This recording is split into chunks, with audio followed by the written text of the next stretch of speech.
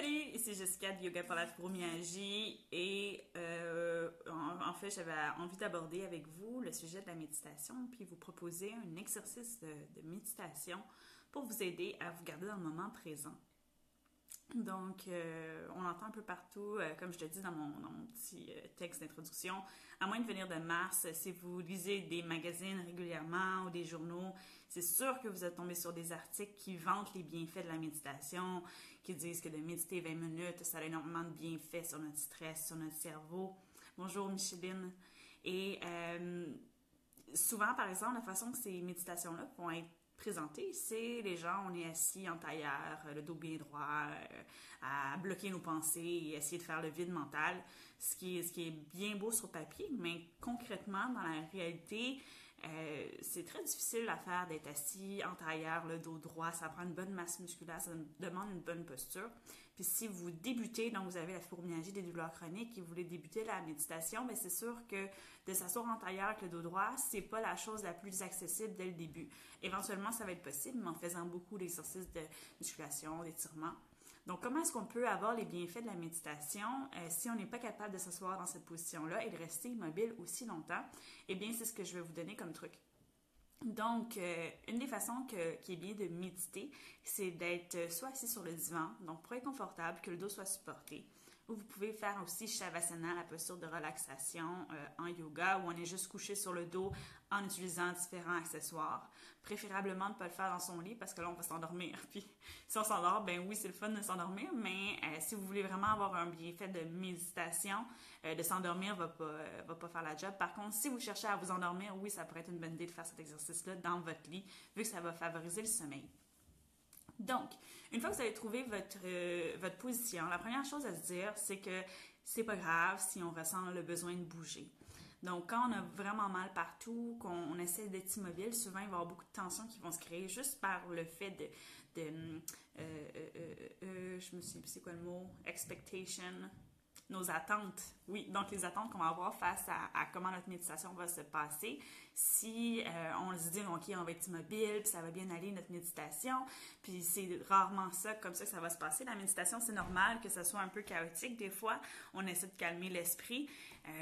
Donc, c'est ça, de ne pas essayer de résister. Si vous avez envie de bouger, de changer de position pendant la méditation, faites-le. Ça va juste vous aider à être un petit peu plus connecté au corps, puis un petit peu plus dans le moment présent, versus essayer de résister, puis là, on va avoir un effet contraire. Donc, une fois que vous avez trouvé une posture qui est confortable, qu'on se donne la permission de bouger, l'exercice de méditation que je vous propose est super simple, c'est celui de compter nos respirations. Donc, c'est une bonne façon de débuter la méditation. On pense à tort que de méditer, c'est d'arrêter nos pensées, mais c'est impossible. Si vos pensées sont arrêtées, c'est que vous êtes mort. Les pensées, il va toujours en avoir. Et la méditation, quand on dit d'arrêter les pensées, c'est d'arrêter de suivre les pensées. Donc, il peut y avoir des pensées qui vous apparaissent à l'esprit. Par exemple, vous vous dites, oh, mais qu'est-ce que je vais manger ce soir? Et si vous faites juste, ah bon, ben j'ai pensé ça, mais j'arrête, ben vous avez été dans un état de méditation. Donc, vous avez observé que la pensée est arrivée sans la poursuivre. Si par contre, suite à cette pensée-là, donc qu'est-ce que je vais manger ce soir, vous vous mettez à dire, ah ben qu'est-ce que j'ai dans le frigidaire, est-ce que je devrais aller à l'épicerie? Là, vous n'êtes pas, vous avez suivi cette pensée-là. Donc, on n'est pas dans l'état de méditation. Donc, cet état-là, c'est quand même difficile à faire. Ça demande de la concentration, ça demande d'être capable d'observer ses pensées, de cultiver le non-jugement, puis d'être vraiment en état d'observation, ce qui peut être difficile au début. Donc, c'est pour ça que de compter les respirations, c'est une bonne façon de donner un objectif à notre mental pour l'empêcher justement de vagabonder puis de suivre les pensées qui vont apparaître. Donc, c'est super simple. Quand vous vous mettez dans votre posture de méditation, vous pouvez soit avoir les mains sur vos cuisses, peut-être que vous aimez avoir une main sur la poitrine et une main sur le ventre comme vous le désirez, ou peut-être juste bras comme vous le désirez en fait. Et quand vous allez inspirer, vous sentez l'air qui rentre dans votre corps et vous comptez 1.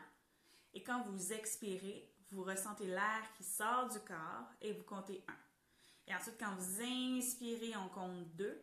Et quand on expire, on compte 2. Et ensuite, on inspire pour 3 et on expire pour 3 et ainsi de suite. Et on essaie de se rendre soit le plus longtemps ou peut-être que vous vous dites, bon, mais je vais faire ma méditation puis je vais me rendre jusqu'à 20 aujourd'hui ou je vais me rendre jusqu'à 40 ou peu importe le chiffre que vous fixez.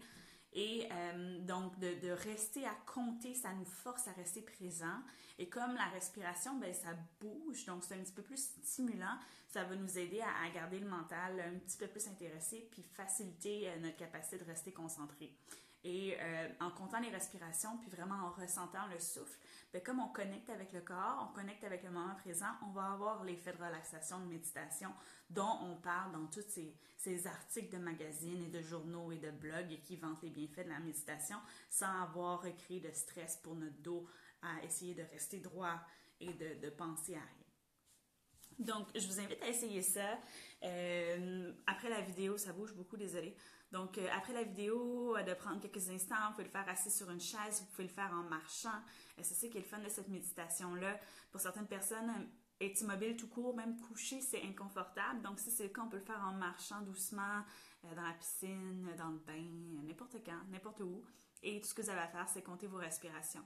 Donc, si on respire vite, eh bien, on respire vite et on va compter vite. Si on respire lentement, bien, on va compter lentement.